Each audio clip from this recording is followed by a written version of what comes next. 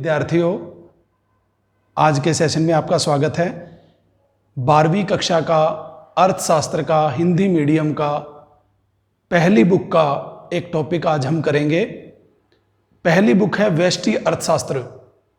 तो इसमें एक वीडियो हमने बनाया था जिसमें हमने किया था अर्थशास्त्र किसे कहते हैं, उसकी परिभाषा आज हम करेंगे।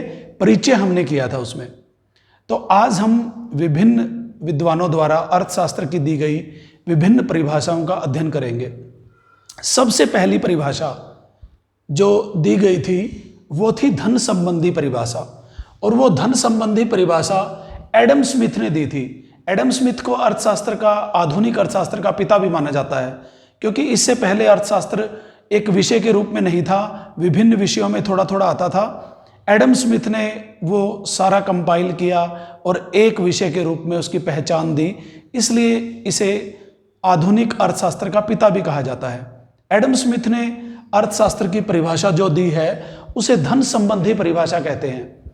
उन्होंने कहा है कि अर्थशास्त्र राष्ट्रों के धन की प्रकृति तथा कारणों की खोज है। तो ये परिभाषा इसलिए सर्वमान्य नहीं है क्योंकि इसमें केवल धन को ज़्यादा महत्व दिया गया है। उसके बाद मार्शल ने भौतिक कल्याण संबंधी परिभाषा दी है।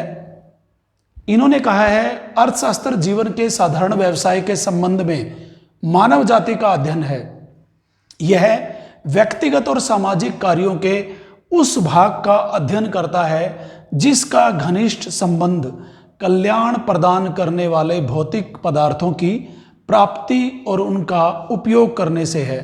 तो डॉक्टर मार्शल ने ज़्यादातर अहमियत कल्याण को दी है। उन्होंने कहा है कि हम धन इसीलिए प्राप्त करते हैं क्योंकि हमारा मुख्य उद्देश्य भौतिक कल्याण है। धन से हम जो भौतिक पदार्थ प्राप्त करते हैं उनका मुख्य उद्देश्य भी कल्याण ही प्राप्त करना है।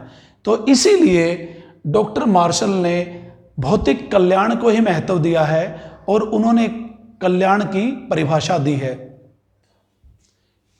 अर्थशास्त्र की जो तीसरी परिभाषा है वो दुर्लभता संबंधी परिभाषा है। ये लॉर्ड रॉबिन्स ने दी है।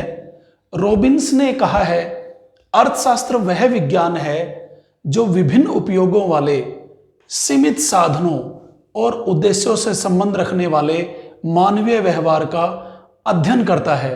रॉबिन्स ने कहा है कि हमारी आवश्यकताएं असीमित होती हैं और साधन सीमित होते हैं, अर्थात हमारे पास धन सीमित है और हमारी आवश्यकताएं बहुत अधिक हैं। तो इसलिए हमें चुनाव करना पड़ता है कि कौन सा कार्य पहले पूरा करे और कौन सी आवश्यकताएं बाद में पूरी करे। इसके बाद जो परिभाषा अर्थशास्त्र की है वो सैमुएल्सन आदि अर्थशास्त्रियों ने दी है, विकास केंद्रित परिभाषा। इसके अनुसार अर्थशास्त्र वह शास्त्र है जिसमें मनुष्य के उन कार्यों का अध्ययन किया जाता है जो वे अधिकतम संतुष्टि प्राप्त करने के लिए सीमित साधनों के उचित प्रयोग के संबंध में करते हैं। तो नोबेल पुरस्कार प्राप्त प्रोफेसर सैमुएल्सन ने कहा है कि यद्यपि साधन दुर्लभ हैं और हमें चुनाव करना पड़ता है, कुछ आवश्यकताओं को हमें आगे के लिए पोस्टपोन करना पड़ता है, स्थगित करना पड़ता है, ताकि जब हमारे पास साधन होंगे तो उनको पूरा करेंगे।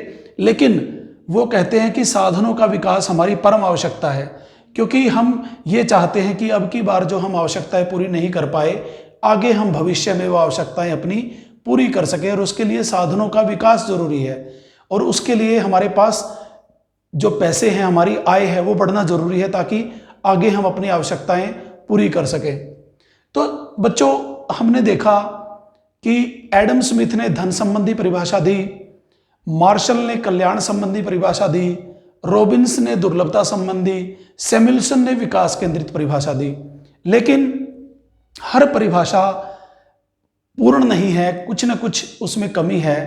तो अगर हम एडम स्मिथ की परिभाषा से धन, अगर हम मार्शल की परिभाषा से कल्याण, अगर हम रॉबिन्स की परिभाषा से दुर्लभता और सैमुएल्सन की परिभाषा से विकास ले लें, तो हम अर्थशास्त्र की एक परिभाषा इस तरह बना सकते हैं। अर्थशास्त्र वह शास्त्र है जिसमें मनुष्य की आवश्यकताओं की अधिकतम संतुष्टि करने और आर्थिक विकास के लिए सीमित साधनों के कुशलतम उपयोग का अध्ययन किया जाता है। तो इस परिभाषा में धन का समावेश भी है, कल्याण का भी है, दुर्लभता का भी है और विकास का भी है। तो इस तरह से आज जो हमने टॉपिक किया वो किया अर्थशास्त्र की विभिन्न परिभाषाएं। इसके बाद नेक्स्ट टॉपिक के लिए हम नेक्स्ट वीडियो में जाएंगे। तो ये वीडियो पूरा देखने के लिए धन्यवाद। अगर आपको ये वीडियो पसंद है तो इसे ज़्यादा से ज़्यादा लाइक करें, शेयर करें, सब्सक्राइब करें।